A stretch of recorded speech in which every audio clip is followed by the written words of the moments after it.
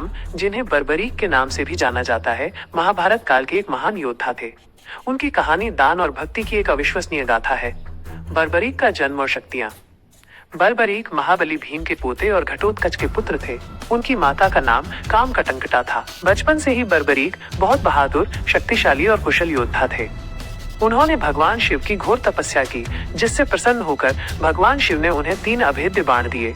ये बाण इतने शक्तिशाली थे कि एक ही बाण शत्रु की पूरी सेना को नष्ट कर सकता था और वापस अपनी तरकश में लौट आता था। इसके अलावा अग्निदेव ने उन्हें एक दिव्य धनुष दिया, जिससे वे और भी अधिक शक्तिशाली बन गए। कुरुक्षेत्र के युद्ध में आगमन। जब कुरुक्षेत्र का युद्ध शुरू हुआ तो बर्बरीक ने भी इस युद्ध में भाग लेने का निर्णय लिया।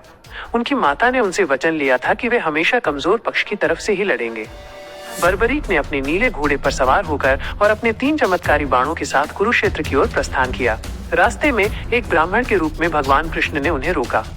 भगवान कृष्ण जानते थे कि बर्बरीक के इन 3 बाणों से युद्ध का परिणाम एक पल में ही बदल जाएगा और इससे उनकी लीला अधूरी रह जाएगी। बर्बरीक ने कृष्ण को बताया कि वे अपनी माता के वचन के अनुसार कमजोर पक्ष की ओर से लड़ेंगे। कृष्ण ने चतुराई से पूछा, तुम अकेले इन 3 बाणों से क्या कर सकते हो? इस पर बर्बरीक ने उन्हें अपनी शक्तियों का प्रदर्शन करने का प्रस्ताव दिया। भगवान कृष्ण की परीक्षा। कृष्ण ने एक पीपल के पेड़ के नीचे खड़े होकर बर्बरीक को चुनौती दी कि वो इस पेड़ के सभी पत्तों को एक ही बाण से भेद कर दिखाए। कृष्ण ने चालाकी से एक पत्ता अपने पैर के नीचे छिपा लिया। बर्बरीक ने जैसे ही पहला बाण चलाया, वो बाण पेड़ के सभी पत्तों को छेदता हुआ हवा में रुका और कृष्ण के पैर के पास जाकर मंडराने लगा। बर्बरीक ने कृष्ण से कहा, ब्राह्मण, अपने पैर को हटा लो, वरना ये बाण आपके पैर को भी भेद देगा। ये देखकर कृष्ण हैरान रह गए और उन्हें बर्बरीक की शक्तियों का अंदाजा हो गया। कृष्ण ने बर्बरीक से पूछा कि वे किस ओर से युद्ध करेंगे। बर्बरीक ने कहा कि युद्ध में जो भी पक्ष कमजोर पड़ेगा वो उसी का साथ देंगे। कृष्ण को पता था कि यदि पांडव हारने लगे तो बर्बरीक उनका साथ देंगे, जिससे कौरवों की हार निश्चित थी। दूसरी ओर यदि कौरवों का पक्ष कमजोर हुआ तो बर्बरीक उनके साथ मिलकर पांडवों को भी हरा सकते थे। शीश दान की महान कहानी। ये जानकर कि बर्बरीक की वजह से युद्ध का परिणाम बदल जाएगा, कृष्ण ने उनसे एक महान दान मांगा। उन्होंने कहा कि युद्ध शुरू होने से पहले सबसे महान योद्धा का शीश दान चाहिए। कृष्ण ने बताया कि यदि कोई योद्धा युद्ध शुरू होने से पहले अपना शीश दान नहीं करता तो उस युद्ध में जीत नहीं हो सकती।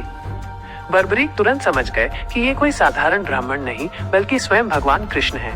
बर्बरीक ने उनसे अपना असली रूप दिखाने का अनुरोध किया। कृष्ण ने अपना विराट रूप दिखाया, जिसे देखकर बर्बरीक भाव विभोर हो गए। उन्होंने बिना किसी संकोच के अपना शीश दान करने का फैसला किया। बर्बरीक ने कृष्ण से अंतिम इच्छा पूछी। उन्होंने कहा, मैं अपनी आंखों से कुरुक्षेत्र के युद्ध को देखना चाहता हूँ। कृष्ण ने उनके शीश को एक ऊंचे स्थान पर रख दिया, जहाँ से वे पूरे युद्ध को देख सकते थे। बर्बरीक ने अपना शीश स्वयं अपने हाथों से काटकर कृष्ण को अर्पित कर दिया। कृष्ण ने उन्हें वरदान दिया कि कलयुग में वो उनके श्याम नाम से पूजे जाएंगे और जो कोई भी उनके नाम का जप करेगा उसके सभी दुख दूर होंगे। खाटू श्याम का नाम। महाभारत युद्ध के बाद पांडवों में इस बात पर बहस होने लगी कि युद्ध में जीत का असली श्रेय किसको जाता है। तब कृष्ण ने कहा कि इस प्रश्न का उत्तर बर्बरीक से बेहतर कोई नहीं दे सकता, क्योंकि उन्होंने पूरे युद्ध को अपनी आंखों से देखा था। जब उनसे पूछा गया तो बर्बरीक के शीश ने कहा, मैंने पूरे युद्ध में केवल एक ही शक्ति देखी है, वो है सुदर्शन चक्र। कृष्ण के सुदर्शन चक्र से ही शत्रुओं का नाश हुआ और माँ दुर्गा ही शत्रुओं का रक्तपान कर रही थी। बर्बरीक के इन शब्दों से पांडवों का अहंकार दूर हो गया। आज बर्बरीक को राजस्थान के सीकर जिले में स्थित खाटू श्याम जी मंदिर में पूजा जाता है। उन्हें भगवान कृष्ण के एक रूप के रूप में माना जाता है। लाखों भक्त हर साल उनके दर्शन के लिए आते हैं और उन्हें शीश का दानी या 3 बाणधारी के नाम से पुकारते हैं।